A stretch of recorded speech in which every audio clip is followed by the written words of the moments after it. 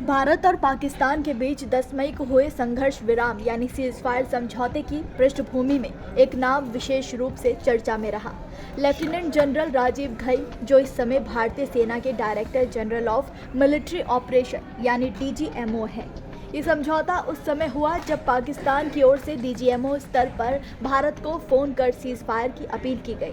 Lieutenant general Rajiv Ghai की इस पूरी प्रक्रिया में केंद्रीय भूमिका रही, जिनके नेतृत्व और कुशल रणनीतिक संवाद से ये समझौता संभव हो सका।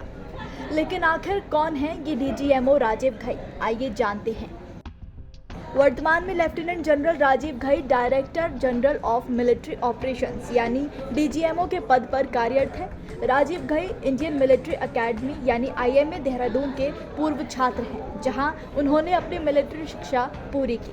राजीव घई को दिसंबर 1989 में कुमाऊं रेजिमेंट में कमीशन प्राप्त हुआ। 25 अक्टूबर 2024 को लेफ्टिनेंट जनरल राजीव घई ने डीजीएमओ का पद संभाला। वो लगभग 1.5 साल तक श्रीनगर में चिनार कॉर्प्स 15वीं कोर के जनरल ऑफिसर कमांडिंग यानी जीओसी भी रहे।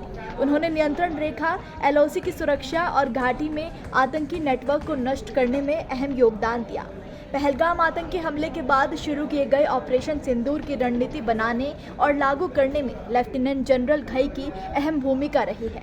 Director general of military operations DGMO भारतीय सेना का एक अत्यंत महत्वपूर्ण पद होता है, जिसे आमतौर पर लेफ्टिनेंट जनरल रैंक के वरिष्ठ अधिकारी को सौंपा जाता है।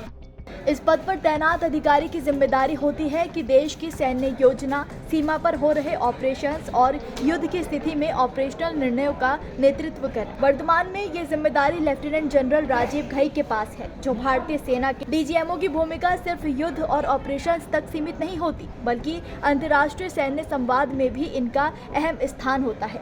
खासतौर पर भारत और पाकिस्तान जैसे पड़ोसी देशों के बीच जहां तनाव की स्थिति अक्सर बनी रहती है, डीजीएमओ स्तर की बातचीत तनाव कम करने और संघर्ष की रोकथाम के लिए बेहद अहम मानी जाती है। डीजीएमओ का प्रमुख कार्य ये भी होता है कि वो दूसरे देशों के डीजीएमओ के साथ सीधे संपर्क में रहे, ताकि सीमा पर हो रहे किसी भी संघर्ष या तनाव को बातचीत के जरिए समय रहते नियंत्रित और समाप्त किया जा सके। इस तरह ये पद न केवल सैन्य दृष्टि से बल्कि कूटनीतिक दृष्टिकोण से भी अत्यंत संवेदनशील और रणनीतिक होता है। डीजीएमओ स्तर की बातचीत से दो देशों की सेनाओं के बीच पारदर्शिता और त्वरित समाधान की संभावना बढ़ती है, खासकर जब सीमा पर गोलीबारी या घुसपैठ जैसी घटनाएं होती हैं। तब डीजीएमओ के बीच होने वाली सीधी बातचीत से स्थिति को जल्द नियंत्रित करने में मदद मिलती है। इस तरह डीजीएमओ की भूमिका सिर्फ सैन्य संचालन तक सीमित न होकर शांति बनाए रखने और कूटनीतिक संतुलन स्थापित करने में भी महत्वपूर्ण होती है। नमस्कार, मैं हूं मानक गुप्ता। अगर आपको हमारा ये वीडियो पसंद आया हो तो इसे लाइक और शेयर जरूर करें, और हाँ, हमें सब्सक्राइब और फॉलो करना ना भूलें, ताकि आप देश और दुनिया की कोई खबर मिस ना करें। तो जुड़े रहिए हमारे साथ और देखते रहिए News 24।